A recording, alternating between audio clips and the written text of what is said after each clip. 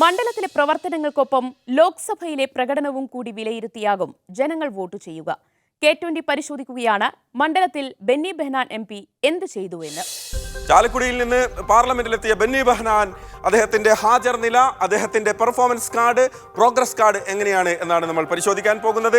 ആ കണക്ക് ഇങ്ങനെയാണ്. പാർലമെന്റിൽ ബെന്നി ബെഹനാൻ 86% അദ്ദേഹത്തിന്റെ ഹാജർ നില. ഭൂരിഭാഗം സമയത്തും അദ്ദേഹം സഭയിലുണ്ടായിരുന്നു, സഭയിൽ അദ്ദേഹം ഹാജരായിരുന്നു എന്ന് കാണാം. 86%. 66 സംവാദങ്ങളിൽ അദ്ദേഹം പങ്കെടുത്തു. 334 ചോദ്യങ്ങൾ അദ്ദേഹം ഉന്നയിച്ചു. 3 സ്വകാര്യ ബില്ലുകളും അദ്ദേഹം ഉന്നയിച്ചു എന്നുള്ളതാണ്. അതാണ് അദ്ദേഹത്തിൻ്റെ ഒരു ട്രാക്ക് റെക്കോർഡ് എന്ന് പറയുന്നത്. പക്ഷേ പലപ്പോഴും പാർലമെന്റിൽ കോൺഗ്രസിന്റെ ഏറ്റവും മൂർച്ചയുള്ള മുഖമായി ബെന്നി ബെഹനാനെ നമ്മൾ കണ്ടിട്ടുണ്ട്. ഈ അടുത്ത് തന്നെ രാഷ്ട്രപതിയുടെ നന്ദി പ്രമേയ ചർച്ചയിൽ പങ്കെടുക്കവേ ഇന്ത്യയുടെ പേര് ഭാരതം എന്നാക്കണമെന്നും ഭരണഘടനയിൽ നിന്ന് മതനിരപേക്ഷത എന്ന വാക്ക് എടുത്തു കളയണമെന്നും BJP MP സത്യപാൽ സിംഗ് ലോക്സഭയിൽ ആവശ്യപ്പെട്ടിരുന്നു. അതിന് മറുപടിയായി ബെന്നി ബെഹനാൻ സംസാരിച്ചത് നമ്മൾ കണ്ടു.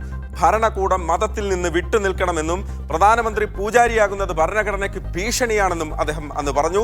ഇന്ത്യയെ ഹിന്ദു രാഷ്ട്രമാക്കാനുള്ള ശ്രമം രാമക്ഷേത്ര പ്രാണപ്രതിഷ്ഠാ ചടങ്ങിൽ കണ്ടെന്നും ഭരണഘടനയോടുള്ള അവഹേളനമാണ് പ്രധാനമന്ത്രി നടത്തിയതെന്നും അദ്ദേഹം ചർച്ചയിൽ പങ്കെടുത്തുകൊണ്ട് ബെന്നി ബെഹനാൻ പറഞ്ഞു എന്നുള്ളതാണ്. രാജ്യത്തിൻ്റെ മതനിരപേക്ഷതയും ഭരണഘടനയും ഉയർത്തിപ്പിടിക്കാൻ മറ്റാരേക്കാളും MP-മാർക്ക് ബാധ്യതയുണ്ട് എന്നുള്ള ഒരു ഓർമ്മപ്പെടുത്തൽ കൂടി അദ്ദേഹം നൽകി. മോദിയുടെ ഗ്യാരണ്ടിയെക്കുറിച്ച് വീമ്പിളക്കുന്നവർ മണിപ്പൂരിന് എന്ത് ഗ്യാരണ്ടിയാണ് നൽകുന്നത് എന്നുള്ളൊരു ചോദ്യവും അദ്ദേഹം അത് ഉന്നയിച്ചു. BPCL സ്വകാര്യവൽക്കരിക്കാനുള്ള നീക്കത്തിൽ നിന്ന് കേന്ദ്ര സർക്കാർ പിന്മാറണം എന്ന് അദ്ദേഹം സബ്മിഷനിൽ ഉന്നയിച്ചു. അങ്കമാലി കുണ്ടന്നൂർ ബൈപ്പാസ് റോഡിന്റെ നിർമ്മാണം ആരംഭിക്കണമെന്ന് അദ്ദേഹം ആവശ്യപ്പെട്ടു.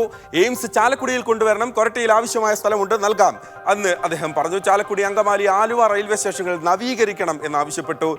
അങ്കമാലി ചമ്പന്നൂർ റെയിൽവേ മേൽപ്പാലത്തിന്റെ പണി തുടങ്ങാൻ കഴിയാത്തത് സംബന്ധിച്ചുള്ള ചോദ്യം അദ്ദേഹം ഉന്നയിച്ചു.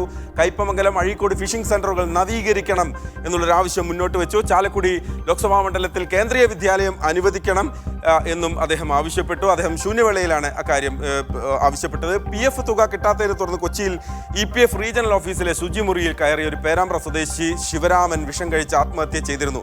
ആ സംഭവം സഭയുടെ നടപടികൾ നിർത്തിവെച്ച് ചർച്ച ചെയ്യണം എന്നാവശ്യപ്പെട്ട് അദ്ദേഹം ലോക്സഭയിൽ അടിയന്തര പ്രമേയത്തിന് അന്ന് നോട്ടീസ് നൽകിയിരുന്നു. PF തുക നൽകുന്നതിൽ വീഴ്ച വരുത്തിയ ഉദ്യോഗസ്ഥർക്കെതിരെ കർശന നടപടിയെടുക്കണമെന്നുള്ളൊരു ആവശ്യവും അദ്ദേഹം മുന്നോട്ട് വെച്ചു. ആലുവയിൽ പിഞ്ചു പെൺകുട്ടി കൊല്ലപ്പെട്ട സംഭവം നമ്മളെല്ലാവരും ഞെട്ടലുണ്ടാക്കിയ ഒരു കാര്യമാണ്. ആ കാര്യവും സഭ നിർത്തിവെച്ച് ചർച്ച ചെയ്യണം എന്നുള്ള കാര്യമൊക്കെ അദ്ദേഹം ആവശ്യപ്പെട്ടു. എന്തായാലും അദ്ദേഹത്തിൻ്റെ മണ്ഡലത്തിലെ കാര്യമായാലും അതിനപ്പുറത്ത് പൊതുവായ കോൺഗ്രസിൻ്റെ രാഷ്ട്രീയ കാര്യങ്ങളിലാണെങ്കിലും ബെന്നി ബെഹനാൻ പങ്കെടുത്ത് സംസാരിച്ചു എന്നുള്ളതാണ്. എന്തായാലും 86% അദ്ദേഹത്തിൻ്റെ ഹാജർ നിലയുണ്ട്. 334 ചോദ്യങ്ങൾ അദ്ദേഹം ഉന്നയിച്ചു. 66 ചർച്ചകളിൽ അദ്ദേഹം പങ്കെടുത്തു.